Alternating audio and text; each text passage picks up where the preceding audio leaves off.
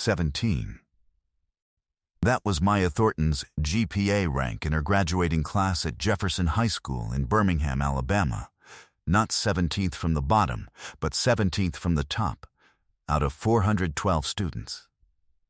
With a 4.1 weighted GPA, 3 app courses, and the highest score in the state of Alabama on the National English Merit Examination 2 years running. It was also the number of the essay grade, 17 out of 100, that her app literature teacher, Mr. Gerald Sims, entered into the school's gradebook on February 9th for an essay that her college counselor, her parents, her pastor, and 3 external educators who later reviewed it independently all described using the same word: exceptional.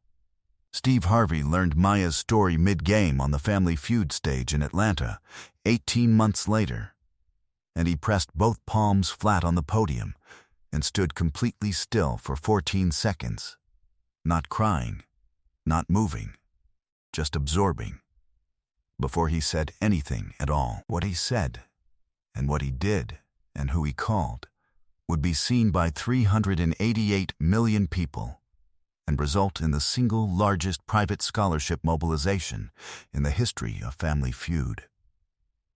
It was a Friday afternoon in early August when the Thornton family walked into the Family Feud studio. Maya, 20 now, in her second year at Spelman College. Her mother Diane and her father Robert, her grandmother Ruth, 73, who had driven 6 hours from Mobile and was wearing a church hat she had specifically saved for occasions that mattered. And Maya's cousin Jalen, 19, who had been Maya's biggest offender since the February that tried to erase her. Steve took one look at Ruth's hat and told the audience it was the finest garment to ever enter the Family Feud studio. Ruth said, "Baby, I know." Maya laughed, a real laugh, bright and full, and Steve, who watches people's laughs the way other people watch their eyes, thought, this young woman has fought for that laugh. You can hear it. Maya's grandmother Ruth had a habit.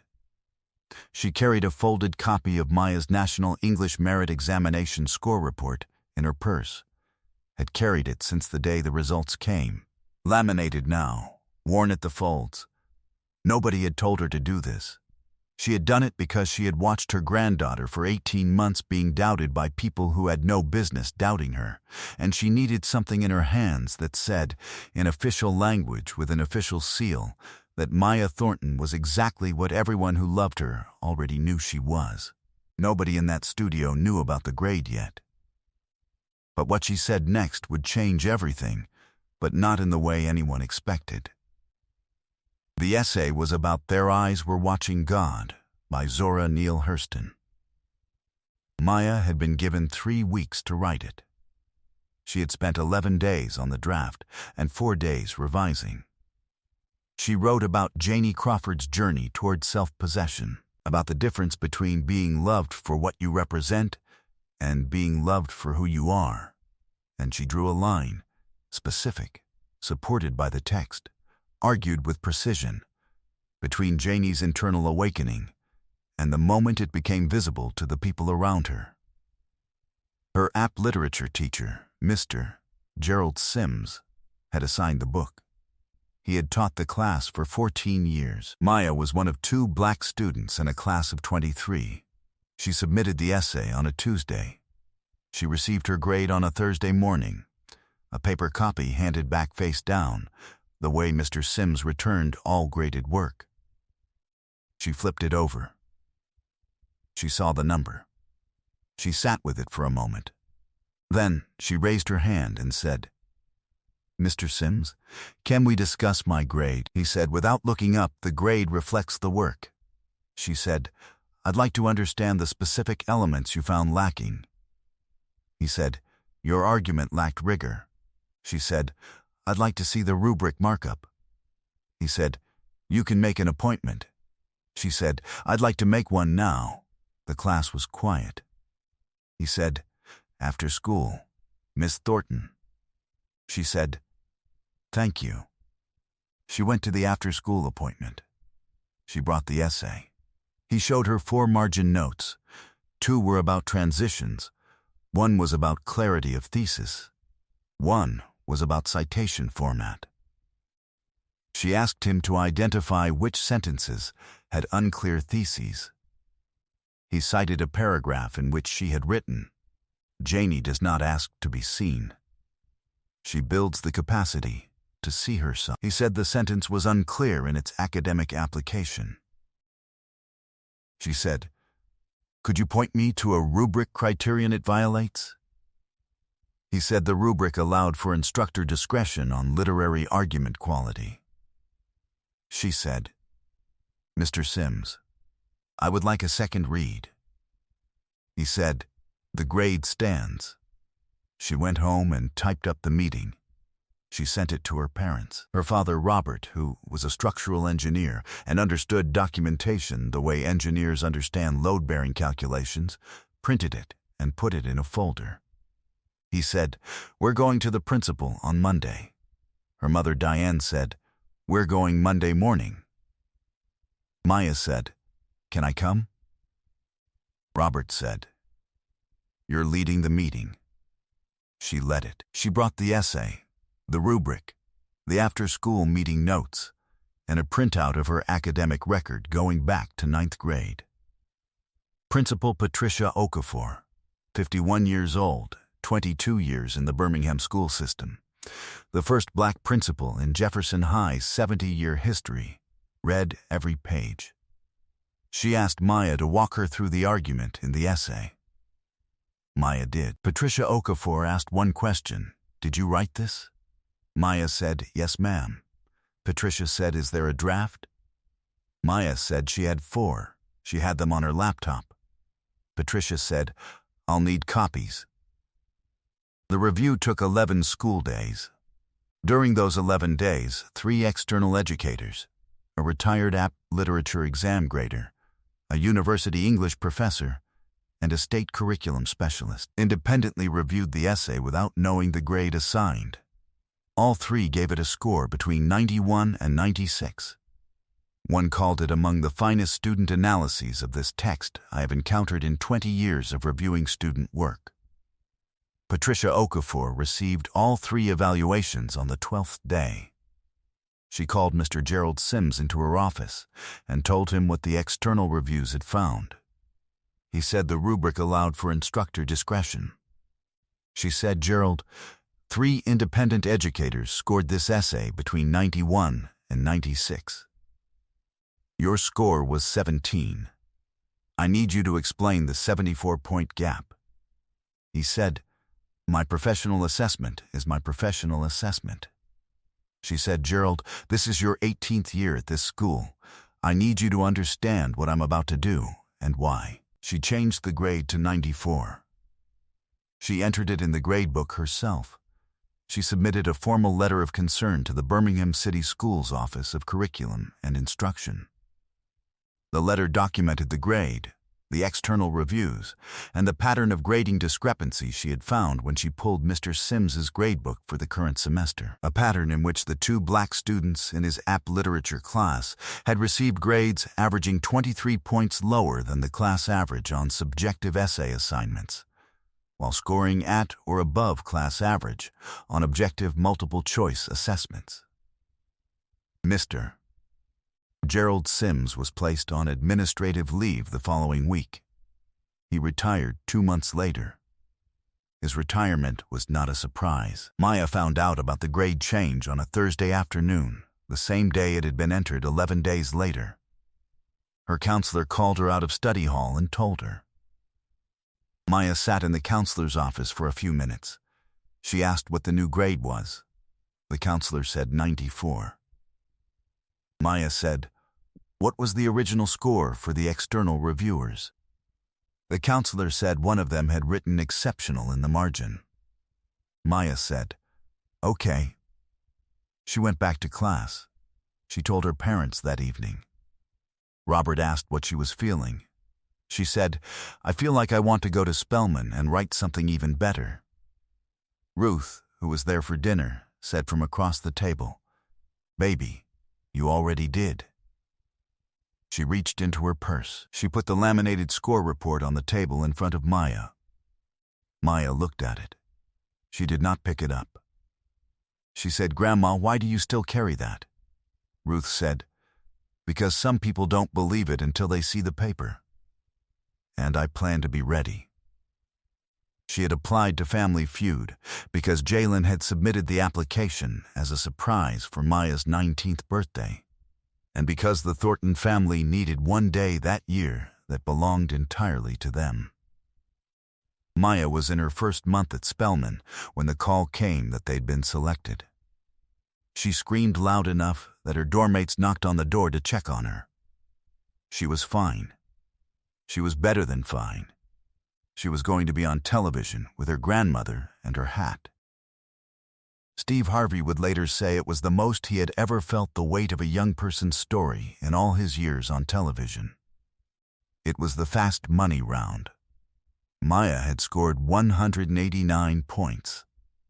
Steve was reading the board when he stopped and looked at her, not the score, her, and said, "Maya, there's something you haven't said yet. I can feel it. What is it?" She looked at him. The studio went quiet in a way it hadn't all episode. She said, "My app literature teacher gave me 17 out of 100 on an essay that 3 independent educators scored between 91 and 96. She said it the way she said everything. Clear, specific, factual, she said. My principal changed the grade and submitted a formal complaint. And I went to Spelman on an academic scholarship anyway." She stopped. Then she said, the first time her voice moved at all, "Mr. Steve, does she think I'm smart?" She was not talking about the teacher. She was talking about the world. The studio fell completely silent. 300 people stopped breathing at the same moment. Steve Harvey's hand went to his chest. He stepped back from the podium. He pressed his handkerchief to his face. He walked 3 steps away and stood with his back to the audience, not hiding, just needing a moment. And when he turned back, his eyes were wet and his voice was level, and he said, "Stop. Everything, no cameras. No game, no network, just this room, right now. And this young woman." He walked to Maya. He stood in front of her. He looked at her for a moment. He said, "Brilliant. The whole world knows." He said it the way you say something you have been waiting for someone to say to the right person. "Brilliant. The whole world knows." And then he turned to the cameras and said, "I want to talk to everyone watching at home. I grew up in a world that told me what I couldn't be before I had the chance to try. I know what it is when someone puts a number on your potential that has nothing to do with your potential. I know what Gerald Sims's 17 felt like, because I have felt the version of it that exists in every room where someone decides you're worth less than you are. And I want every young black student in America who has ever had a number put on them by someone with a red pen and a closed mind to hear what I'm about to say." He stopped. He said, "Their number is not your number. It never was. The paper says 94. And the paper is right." He wasn't done. He pulled out his phone and called the president of Spelman College's development office, live on the stage of Family Feud. He asked for a full 4-year scholarship to be applied to Maya Thornton's account, tuition, room, board, and an annual stipend for academic research materials. He said the Harvey Foundation would cover it in full. Then he called his business manager and asked for a $100,000 endowment to be established in Maya's name at Spelman for future app literature students from Birmingham Public Schools. He ended both calls. He turned to the audience. He said, "We're going to need more chairs." He announced both families, the Thorntons and the competing family. The Washingtons from Nashville were leaving with the full $20,000. The Washingtons crossed immediately. Their youngest, a 16-year-old named Jordan, who was a junior in high school and had been watching the whole thing from the family section, walked straight to Maya and said, "I'm going to apply to Spelman." Maya said, "Do it." Jordan said, "Will you read my essay?" Maya said, "Send it." The episode aired 9 weeks later. It had 112 million views in the first 48 hours. Within 3 weeks, it crossed 388 million, the highest view count in Family Feud history at that point. The hashtag #ThePaperSays94 trended for 16 days in 31 countries. 17 universities publicly reached out to Maya with additional scholarship offers. Mr. Gerald Sims never commented publicly. The Birmingham City Schools Office of Curriculum and Instruction published new app grading guidelines requiring blind external review of any subjective assignment where a student disputes a grade discrepancy of 20 points or more. The policy was named internally, without irony or controversy, the Thornton Standard. 3 months after the taping, Maya's essay on Their Eyes Were Watching God was published in the Spelman College Student Literary Journal. The editor's note called it a reminder that the best literary analysis begins where the argument becomes personal. Principal Patricia Okafor drove to Atlanta for the journal release event. She brought Ruth. Ruth brought the laminated score report. A year after the taping, Maya was named to the Spelman College Dean's List. She was in the honors English track. She was working on a longer piece, a critical essay about the history of grade discrimination in app coursework in Southern public schools. Her faculty advisor described the draft as publishable. She was 21 years old.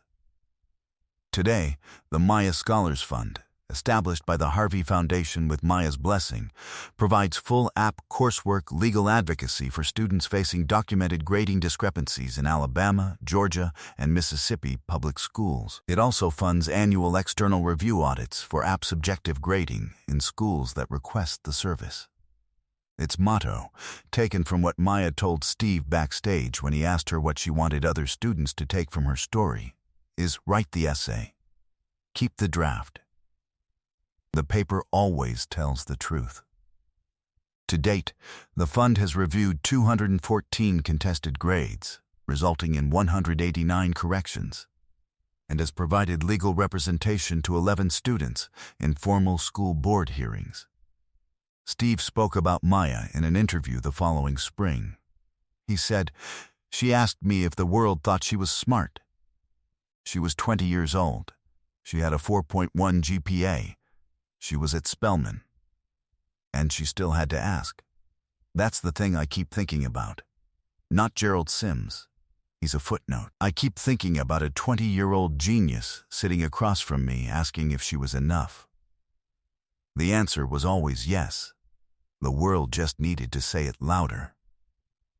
2 years after the taping, Maya submitted her first academic paper for external publication. A peer-reviewed analysis of grading equity in app literature programs in Title I Southern schools.